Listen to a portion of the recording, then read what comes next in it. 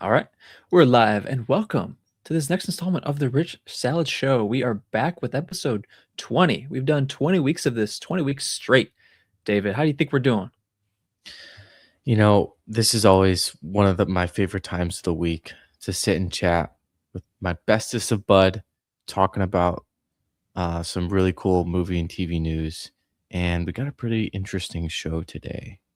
Yes, indeed. Especially a topic that we both are very connected to, a topic which, if it did not exist, we would not be here together talking. That is It's true. very special. All Yep. right, guys. Yeah, we're getting into lots of good stuff. The Lanterns trailer came out this week. Super excited about that. One of my probably my most anticipated show of the year.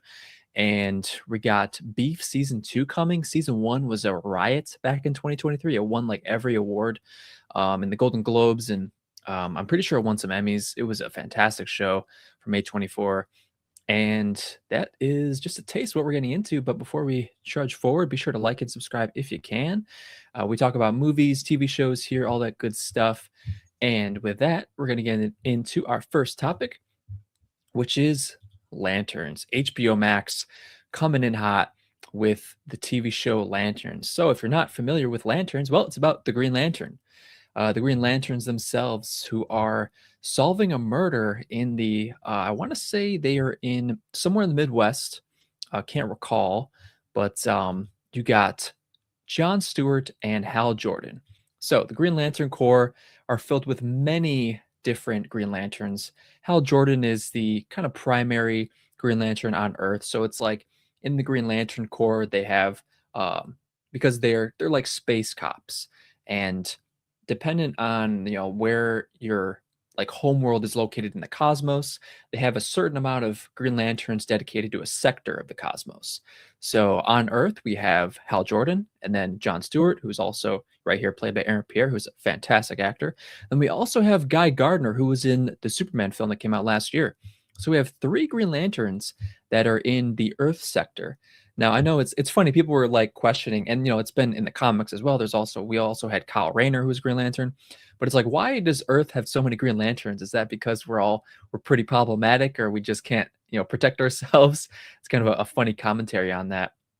But I think this show looks to be a riot just because I'm a big fan of grounded storytelling within superhero films, like especially like the Matt Reeves Batman film with Robert Pattinson, that is so rooted in realism, yet it still has the comic bookiness of it just a little bit. And of course, Christopher Nolan's Dark Knight, that trilogy of films, just a grounded realism is great. And then what's great with this TV show with Lanterns, we get a grounded, realistic superhero show, but we also have, you also have your Superman movie that's more comic booky, that's very comic booky. You have Peacemaker, who's very bombastic and violent and nasty and comic booky as well. So with James Gunn's DCU, which is kind of like, I'm very curious where it's going to be at in the next year if Paramount still owns um, Warner Brothers, because True. it's there. It's very shaky right now. We don't really know what's going to happen in the future, but for right now, I really hope James Gunn stays on with Peter Safran to lead this DCU, because they started off strong. Superman was fantastic. Peacemaker season 2 was great. Season 1 of Peacemaker was great as well. Creature Commandos was great. We got Supergirl coming in June this year, and Lantern's coming in August. And there was some controversy with this trailer as well, but we'll get into it in a bit. But first, I want to know, David, what do you think of this trailer? I know you're not as versed in the Green Lantern lore, but curious your thoughts on it. I really like the trailer. Like you said, it feels like a grounded story. And it didn't feel like I was watching until like this shot, like a, A su- a superhero super show. a superhero show. I felt like I was watching just kind of a crime thriller, which Yep. it definitely is going to be. But with the added addition of the Green Lantern superhero powers, and that's really interesting to me. I like the small town atmosphere. Reminds me of the Last of Us when they're in Mhm. Idaho is where they are. Well, it was filmed in like Canada, but Yeah. Yeah. the Jackson, the town of Jackson. Jackson, Wyoming. That's where it is. So it kind of reminds me of that. It looks really interesting. I initially wasn't super sold on lanterns, but after seeing this trailer and really, it set a really good tone for it. I think I'm really excited for this. Yeah. Yeah, I think the show is gonna cater to the non-superhero-y people It because definitely of seems like its that. yeah, because of its, appeal to the groundedness of it. It's very true detective, mystery, thriller with action, and that's how the show was pitched. Like, before the trailer dropped, we got our first look image, and it was just these 2 characters walking on a, empty road, and it's just them in their getup, how they're wearing right now, and it looks very kinda plain, but, they're like, "This is a Green Lantern show?" And it's like, "Yeah, this is it," and I'm all for it. Now, I was saying earlier there was controversy with this, and that's because of this isn't the huge, colorful Green Lantern, emitting, like, big green energy, like, the green aura around them as they fly. Like, I saw a comment on some Facebook posts of DC posting about this trailer, and then some guy was like, "Man, I just couldn't stand seeing, Hal Jordan fly with no green aura around him. Like, man, when I saw the same thing happen with Superman and Guy Gardner, I couldn't stand that." It's like, Jesus, and I was like, "Come on, guys." Now, I totally understand you're not gonna please, like, you're never gonna please everyone. It's impossible. But I mean, I love this. Like, this is peak realism right here. Like, that looks great. It It looks does. so good. And in terms of, like, VFX, um, like, there I mean, I'm sure there's gonna be tons more effects we'll see in the show. This is just a teaser, and we're gonna get way more. It just looks really wild, and again, mystery, thriller, or solving a crime in the Midwest, and what's really cool is the dynamic between Hal Jordan and Jon Stewart, because clearly it's very hostile between them. Just Hal Jordan feels kind of just, I don't know, it's like a slog to train this guy, but of course, like, by the end, we'll see them probably really get close, and through lots of trials and tribulations, they're going to form a tight bond. And I'm very curious who, because why is the Green Lanterns trying to solve a murder in this town? Like, it has to be very substantial, because Green Lantern Corps, like, they solve, like, big deal stuff. Like, this isn't just the cops taking care of it, because clearly the cops don't like them being there, but the Lantern Corps are there for a reason. So very curious what that all is about. But man, I am super excited for this. Can't wait to see these 2 Green Lanterns in action. We're gonna see Aaron Pierre more in the DCU. Can't wait to see him with, because it seems like Jon Stewart is gonna be our primary Green Lantern, while Hal Jordan will probably pass the reins off to him, and Jon Stewart will be our Green Lantern in a future possible Justice League film, which would be so cool. Can't wait to see that at some point. Would love to see Darkseid in live action. Be so cool. But that is Lanterns coming in from HBO Max. You got lots of great people attached to it. Damon Lindelof is attached to it as a creator. He co-created Lost. He was a part of Lost. He was a part of Oh some other wow. big shows. Yeah. So they got some really big people attached to this. And I think it's gonna be a banger coming in early August. So yeah, that's Lanterns coming in August, guys. Let us know your thoughts on that. So Lost is the like king of. Have you seen Lost? yeah. Mhm. Okay, Lost is the king of just like WTFs. Like how did this what is going on? Massive twists. Yeah. So gonna be interesting to see Absolutely, man. with All right, lanterns. guys. That is Lanterns coming in soon. Let us know your thoughts on that. With that down, we're moving on to some news I saw today, which was very cool to see. And we are getting a Monsters Inc. 3, which, and I mean, well, not only that, but we also got news and kind of a reconfirmation that Incredibles 3 is coming, of course, in 2028, which they announced that back in D23, I think a few years ago. And then we also got confirmation that they're working on Coco 2. So we got 3 big Wow. sequels in production. David, have you seen Coco? I have not, but I Okay. that's like the Pixar movie to see. Dude, holy cow. Yeah, I saw it for the first time last year. just wildly wonderful, wildly wonderful. It was such a special, sweet story, about the Day of the Dead, and their their representation of that was so interesting, and the animation style is beautiful. It's so it like I mean, Pixar, I mean, like, they've always had that it factor of just their animation, no matter what they create. Like, even with the most recent film Hoppers that came out, which did pretty good at the box office, um, probably could have performed a little better, but it did pretty solid. But like lots of their Getting a lot of good films, reviews. yeah, lots Hoppers of is good. getting a lot of good reviews. That's awesome. For me, I definitely wanted to see it, but that came out the first. It came out with The Bride, which we're going to talk about later. And I kind of wanted to see The Bride more, but I just decided just to not see any of them that day because I was doing something else. But I think, yeah, I think hopefully it's a winner. And it looked pretty funny. It almost had like an Avatar feel to it, like James Cameron's Avatar, where a human could get into like the body of an animal by putting something on and like transferring their mind to it, and That's just hilarious. yeah, it looks like a super interesting story. But yeah, Pixar's got some really sweet sequels. Hopefully, sweet sequels coming soon. I think Monsters Inc. So I've still only seen the first one. I haven't seen University. And have you seen University, David? I have. University is really good. Okay. Yeah, I think I mean I loved one. I mean that was like of course one of my childhood wonderful films. It was just really fun and hilarious, just really sweet, and lots of great voice actors in there too.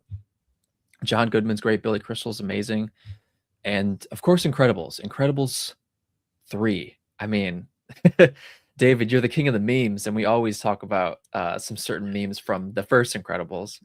Yes. Yes. Yes, So we still have time for them. we still have time. We got time. Mm. Syndrome, what a fantastic character. Um, and then Incredibles 2, which was great too. So, I mean, we got Incredibles 3 coming and then Coco 2. Yeah, just talking about Coco.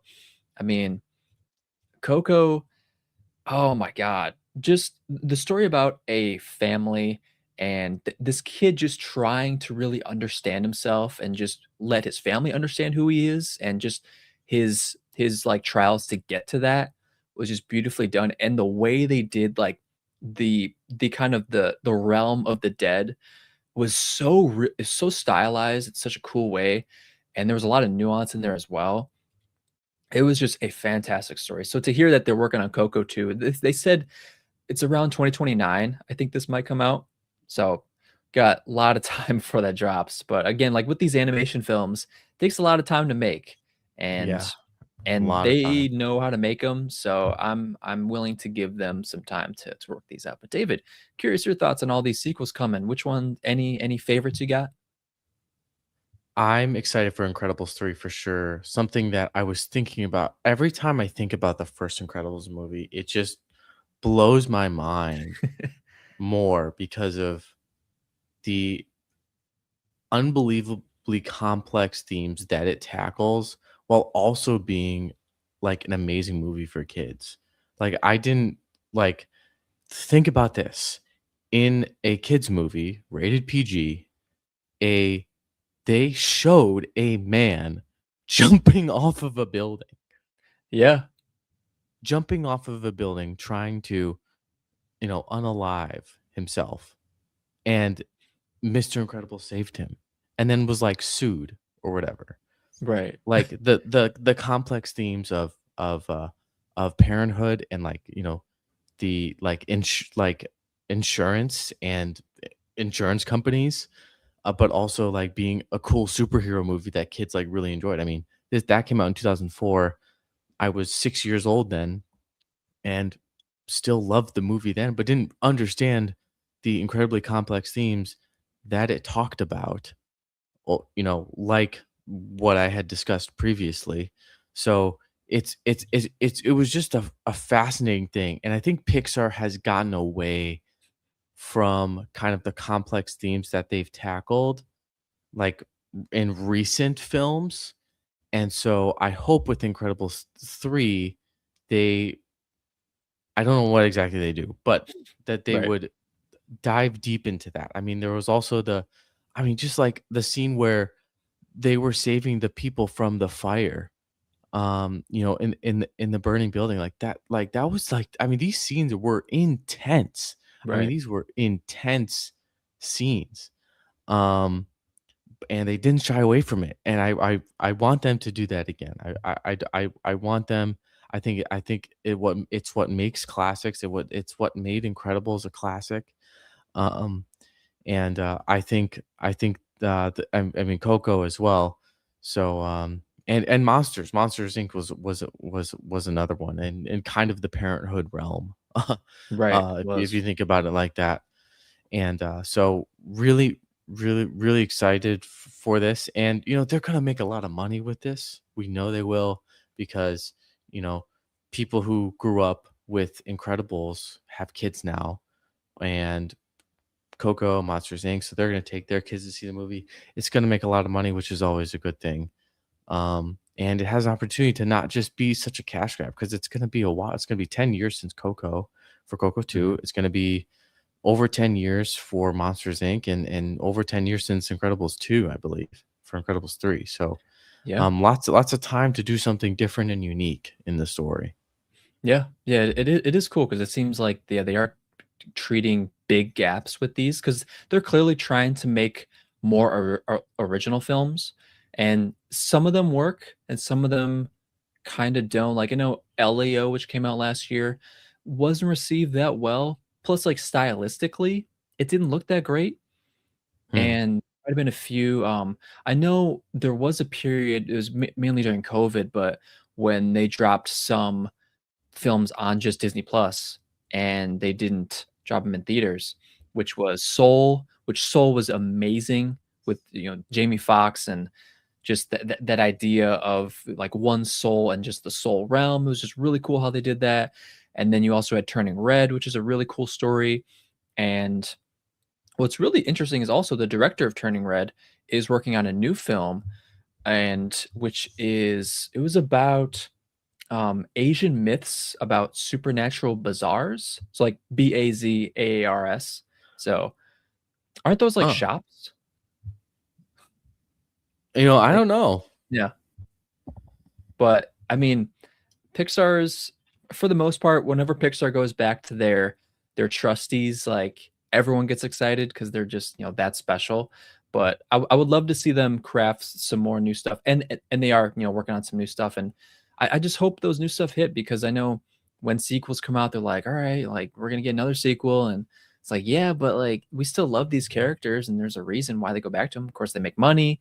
I mean, these studios have to make money to make these films, so it just makes sense. I mean, one of my favorite Pixar films, probably my favorite Pixar film, Inside Out. Inside Out 2 was the highest, was it the high or it was the highest grossing animated film until Zootopia 2 beat it out. But it was like around, I think 1.5 billion. And then Zootopia 2 beat it.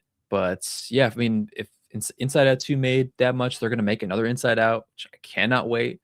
So, you kind of take what you can give for picking sequels to do, and I'm all here for it. I think out of these three, I'm most excited probably for Coco, even though like Incredibles, like you said, Dave, like Incredibles has a huge tie to us as we were young. It was like it hit then, and it also hits now in different ways. Like back then, it was more of the action and just the fun visuals we saw. And then now it's like the real story we see that Mr. Incredible went through and their family went through.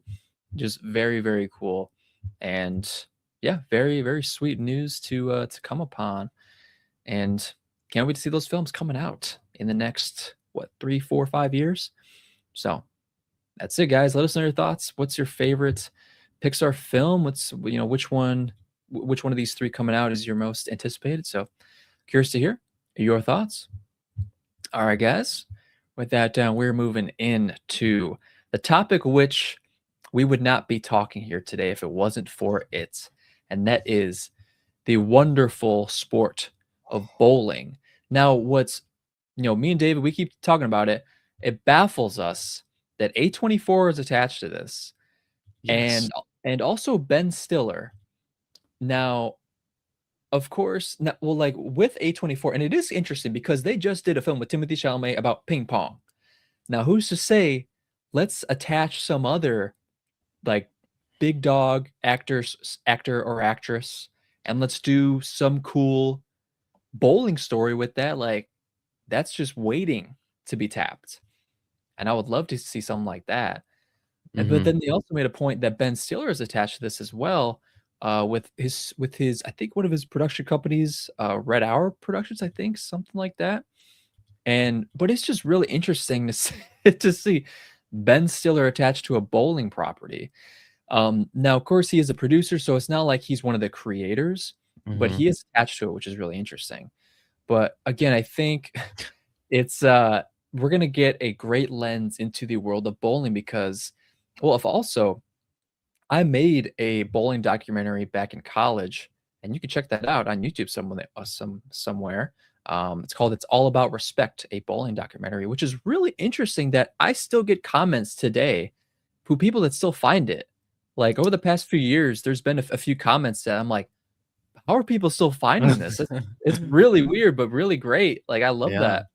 So that was really cool. And it was a documentary I've been wanting to make for a while because growing up bowling and bowling is such a huge tie to both of us as who we are and our work ethic and what we want and just the skill we got to bowl in college. That's how we both met. We both met in college and we both got scholarships for bowling and people were like, holy crap, you can get scholarships for bowling. Like, yeah, you can. You Hmm. gotta be good. And it's not easy to be good. And that's the thing with bowling. It's like people don't realize what goes into it. Hmm. And I know David, you could go into it all, but we'll get into that in a bit. But with that documentary, I really wanted to stress like I called it "It's All About Respect" for a reason. Like just respect the sport because I always felt like I was slighted for being a bowler. Like I remember in high school, I got bullied for being a bowler. It's like it was just never looked as like nowhere near basketball, like nowhere near baseball, those big sports. Ain't no way. I mean, even Not today, sexy. it's yeah, not sexy, not a sexy sport. So very happy to see this is I think it's a 4-part release for this. So they released this it's I five think part? 5. Yeah. Okay, cool. Yeah, so we're tying into it's 5 bowlers, right? You got Jason Belmonte, Cameron Crowe, EJ Tackett, Anthony Simonson, and Kyle Troop. I think it's all. Yeah. I think it's all those. Yep. But we're Which finally is this. getting yeah, So in the bowling world, the PBA bowling world, those guys, with the exception of Cam Crow, who's the rookie in this scenario, are known as Kyle Troop is not really, but like the big three: Simonson, Tackett, Belmonte. Kyle yeah. Troop is kind of like outside the big three, but he's like the next guy. And then the rookie, obviously, Cam Crow. So these are the best bowlers on the tour. These are the best bowlers in the world that we are following. And then the rookie and Cam. So really, I mean, I am so beyond hyped for this. Like I didn't know this was coming out until 2 weeks ago. I know, yeah, we were Like texting and I was like, I didn't really believe it, and then I I thought it looked was on fake too. yeah, and then I looked on Warner Brothers' own page, like their own web page, and it was like, yeah, it's listed there, so it's coming. Yeah, Yeah, yeah. it's This, yeah, you wanna go? yeah, this is extremely exciting. Like I said, we're following the best bowlers on tour. So we're gonna get really a behind the scenes access to all the things. Like in the trailer, was something that was super cool was the guy who was carrying the fridge. That is essentially the ball rep for Tackett. And Mhm. if you don't know what a ball rep is, you'll learn about it on the show. He's Mm, carrying a fridge everywhere, which I've heard not similar stories of like carrying a fridge, but of people taking going unique strides to eat with their diet on tour because if you're traveling for a long period of time you gotta be eating right. And it's not like these other professional sports teams where food is catered and like you have a specific diet regimen that you're following. Like you just gotta kind of figure it out. And yeah. there's are some vloggers who vlog on the PBA tour known as Brad and Kyle. Oh, And yeah. there was a shot of Brad Miller in one of his vlogs eating just a bowl of ground beef in the morning on the drive to the tournament. Just kind of finding a very cheap and unique way. And these bowlers are also pretty big characters, especially Yeah. Simonson and Kyle Troop. I mean, you can just look at Kyle Troop and be like, that guy's wild. You know, Yep. he's got the big fro. So the way the trailer just communicated the tone of just like it was just so good. It so perfectly encapsulated bowling, but also I feel like if you were a non-bowler watching this, like this would really interest you. Yeah. Like this would really interest you. I mean, I as a bowler and a follower of the PBA tour, you know, for the past 15 years, like this is so beyond exciting because the thing that bowling needs to really boost is hijacking of audiences. And what better way to do that than to have like a Drive to Survive sort of show, you know, on HBO.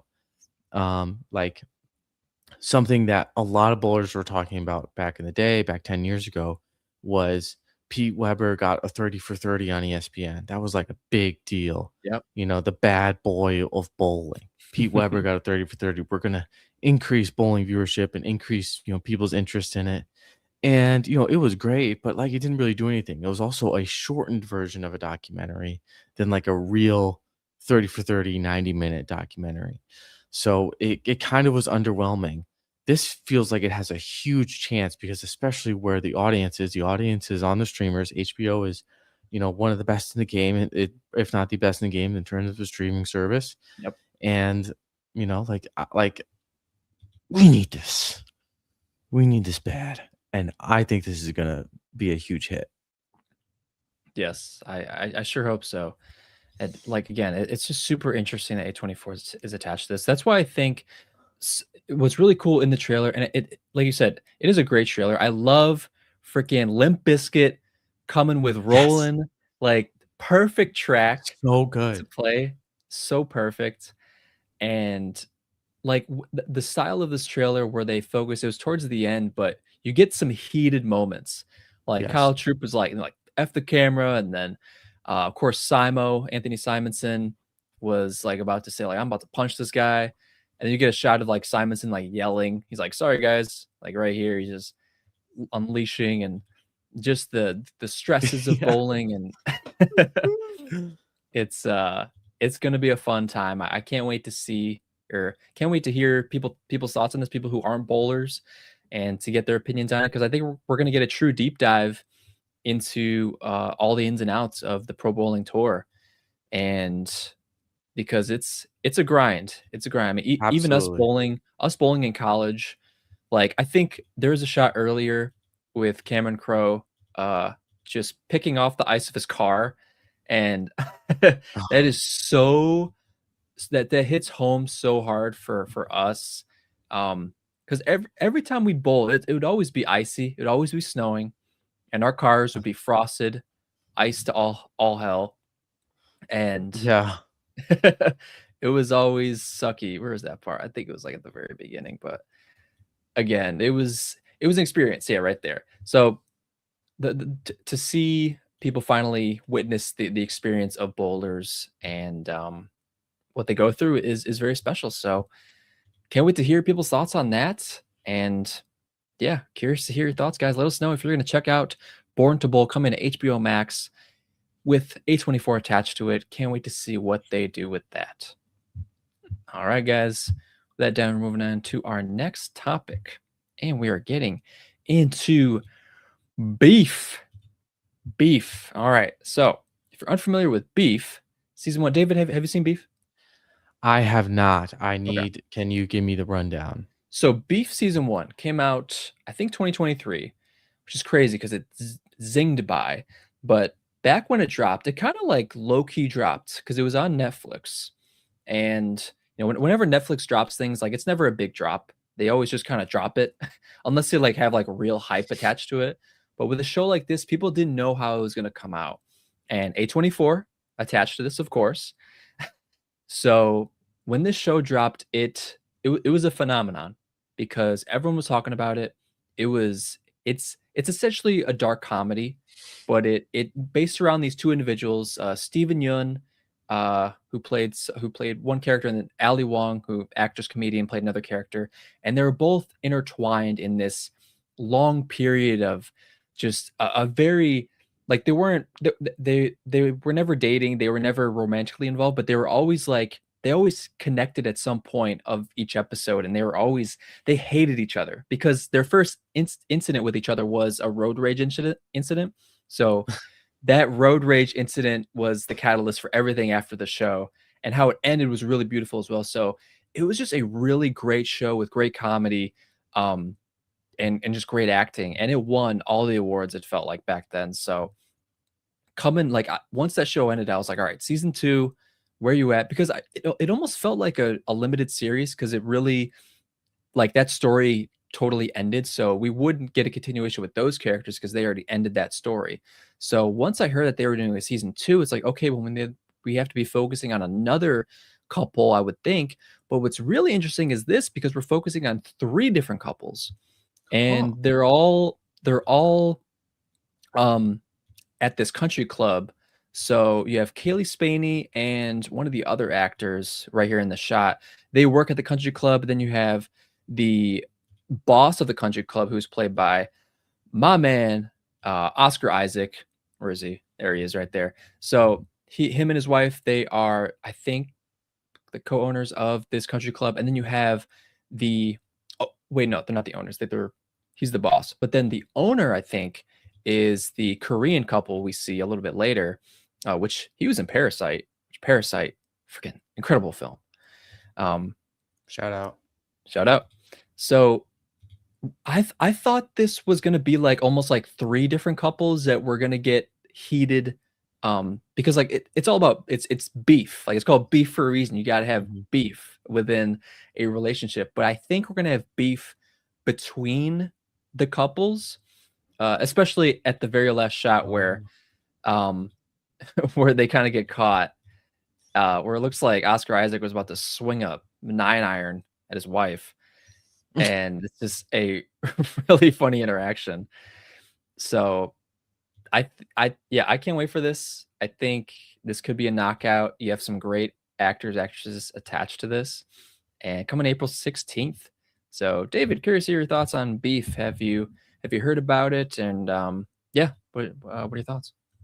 I definitely heard about it and heard it was really good when it came out. I didn't really have much idea about the premise, but now that you mention it, I think this would be really interesting. And you said there were some comedy elements to it. Yeah, it's This would be definitely comedy forward. okay. So yeah, this is a wife watch. You know, watch with the Definitely. spouse. So yeah, I think this is one I got to pick up because like you said, this looks really interesting, and they're using the same kind of premise and applying it to a different scenario, a different domain. Mhm. So this seems interesting, and it won a lot of it did it win a lot of awards. It did. Okay, so won a lot of awards. I think this is one that I'm gonna have to pick up with the misses.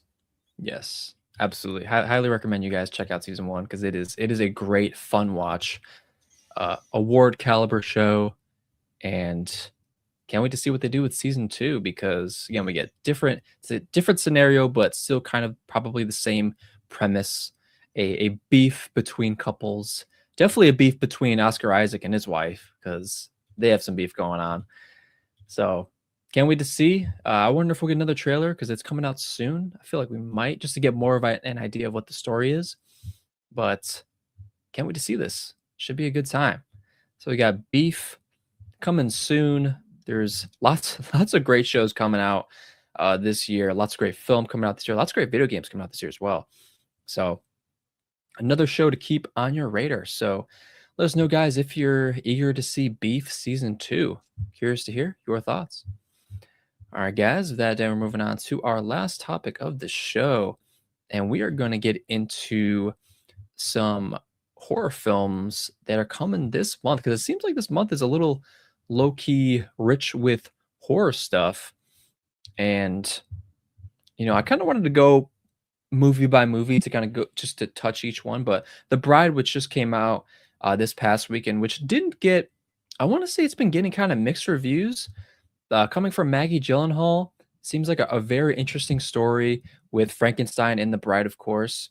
And but you got Jesse Buckley in this and Christian Bale, two freaking world-class actors working their butt off in this. So I feel like performance-wise, like it's probably a rich show performance-wise. And Jesse Buckley, who's purely a lock for best actress, best lead actress winner at the Oscars coming soon. She's most definitely gonna win. She's been winning everything, and she's like the super hot actress right now that's on fire. And whatever she's in, most people are gonna tune in to see what she to tune in to see what she can do, because she has what it takes to really deliver a phenomenal performance. And with The Bride, it seemed like she delivered. From what I've heard, most people said that she delivered a great performance in this, but the story was kind of maybe convoluted in a sense, and it just there were spots that didn't necessarily make sense, is what I heard. So a little bit of a letdown, but I might check it out at some point when it comes to VOD.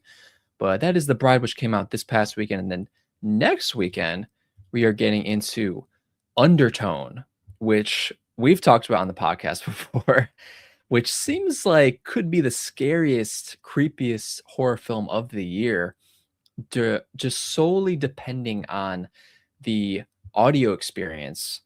And I mean, to listen to something like this in theaters would be very, very scary, especially for me, and I know for you, David, too. Like we purposely choose our horror viewings because we don't want to get spooked too bad. But I feel like after going to the theater a lot and really just trying to just take it. I Mhm. feel like I could probably take this film, but I don't know. I probably won't see it though. I remember seeing the trailer for this in the theater, and that was a fun experience. It was Mm. very cool. So yeah, here's some screen grabs from Undertone. Very creepy, but it's just I want to say she's looking after her mom who's sick, or is it like some sort of family member who's sick? And as she's listening to this podcast, it's this horror podcast where they like do these weird sounds, and it's just super creepy, and lots of craziness ensues in this film. Next, this is one of my most anticipated of the year for sure. Ready or Not 2, Here I Come. Ready or Not, I was late to the party because I heard everyone loved it. Also, the directors of this film, they directed Abigail, which came out, I want to say 2 years ago. Fantastic film, really fun. It was about a little kid vampire and this gang of like thieves that are trying to contain her, and it's just getting to a crazy scenario. Super fun film. So directors of this film directed that film, and they also, of course, directed Ready or Not One with Samara Weaving. Um, they also directed Scream 5, I think, too. But they are a great duo. So whenever they have something to drop for us, I'm always there to see, especially Ready or Not sequel. And this just seems like it's gonna be a fun time. It's just pure action. You get some spots of horror and suspense and thriller. And essentially, these two individuals are just being chased by this family who wants to kill them. It's like this sport, this lore that they have behind them, and it's just a very interesting story. Ready or Not One tees it up really well, where Samara Weaving on the right, she's taken into this family who has this kind of ritual thing, and it's based in demonic ties as well. And the way the film goes about, where she's essentially just being hunted the entire film in the first film, and she clearly comes out on top, but how she does is super awesome and interesting by the end. It is a very fun watch, so I highly recommend seeing Ready or Not 1 to see Ready or Not 2, Here I Come. What a great title as well. Um, and then lastly for this month, They Will Kill You, which is honestly like a straight up ripoff of Ready or Not, because again, this Zazie Beetz plays the lead character who's just being chased by a bunch of individuals who are just trying to kill her for this kind of sport demonic ritualistic thing. And Huh. yeah, once I saw this trailer, I was like, okay, it looks fine. I think it's gonna be a fun time. Um, you have Barbara Muschietti attached to this, and Andy Muschietti, who Andy Muschietti is the guy behind the It films and Welcome to Derry, but they're producers, so they're not like creators behind this. So I don't really give this film that much credence about that. So it kind of just take that for what it is. It seems like a fun film, but again, it seems kind of like a rip off of Ready or Not in the idea. So I'm not going to see it. But yeah, that's kind of our March horror movie madness coming hot. David, curious your thoughts. Any of these films speak to you if you want to see? I wonder if when planning, although I wonder if planning uh, for releasing of these people, they were looking at the calendar, and March 13th is on a Friday the 13th. So maybe that was like a reason for some of the horror, coming into March. But there's only one of these movies that's releasing on the 13th, which is Undertone, which that looks so terrifying. I've been seeing ads of this on short form video, but I also saw a woman with not an ad posting about it on short form video, and she said she watched the movie and she tried to close her eyes, but she couldn't. Dude, I wouldn't want to do that. So like because it's an auditory experience, so the Yeah. scariness is from the audio and the sound design. So, I mean, this looks terrifying. I mean, this Yeah, like that's creepy as hell. yeah, that's super creepy. Ready or Not to And They Will Kill You, based on how you described it, reminds me of, Olympus Has Fallen and White House Down, when those 2 movies released in the same year, which is basically about, the White House Yep. going down in some way. So, kind of interesting that that kinda keeps repeating in Hollywood's some years, where it seems like the same Right. movie releases at different times during the year under different names. So yeah, some interesting horror coming about here in March, and I think the one that I kind of want to see it is Undertone. I know I'm I not know. like There's I like something there. It's like, because the theaters, like if you truly want to experience it, it's got to be in the theater because of the audio. The yeah. audio in the theater is unlike what you can get at home for 99.99999% of people. So, like, I gotta find a way. Gotta find a way to get to the theater for Undertone. But yeah, really cool. Yeah. Very cool. All right, guys. That is lots of cool horror movies coming in the month of March and more coming later on. We got some good stuff coming later on as well. But yeah, this month seems pretty stacked. And we also got Project Hail Mary coming out this month, which, oh boy, that is. I got my tickets for the early screening. That's on Monday, the 16th. Oh boy, I cannot wait for that. We'll definitely talk about it. It's going to be a hell of a great time. And yeah, so curious to hear your guys' thoughts on the horror movies coming out in the month of March. Let me know. All right, guys. So with that down, we are wrapping up this episode 20 of the Rich Salad Show. Thank you for joining us. For if you've been here through the ride, we're gonna take a little bit of a break to kind of assess things, and we'll kind of see where we want to take the channel. If we want to continue doing these, or if we want to try to do something else. We still like we both love film and TV and just the storytelling nature of things of that media. And I know me and David want to pursue something within that somehow, whether it's this, whether it's actually making movies or actually making stories for YouTube. And yeah, but we'll see how this shakes out. David, curious to hear your thoughts on the journey of this podcast so far. And yeah, what's your thoughts? Yeah, this has been a lot of fun. It's been a pleasure the past 20 weeks talking about movies and TV with you. Yeah, I'm we I don't think we've grown to where we want to be, particularly. So yeah. if you've been a viewer and you've been watching us, we really appreciate it. Because there's not a whole lot of it. There's but not. that's okay, and we've just kind of just this has just been part of our routine. It's one of my favorite things to do each week. And so I want to say I'm excited because we might do something different. We might continue to do the podcast, but whatever it is, I think it's gonna be fun, and I'm gonna enjoy Yes. it. So Yeah. Yes, we will. All right, guys. Let us know your thoughts on everything. If you have any suggestions on what we should try, maybe. Curious to hear all feedback. We'd love it. We appreciate it. We appreciate your time joining with us these 20 episodes if you've been there. And yeah, we'll see where this goes. But we will see you soon in some form in the coming weeks, coming months. We shall see. But again, thank you guys for sticking with us, and we'll catch you on the flip.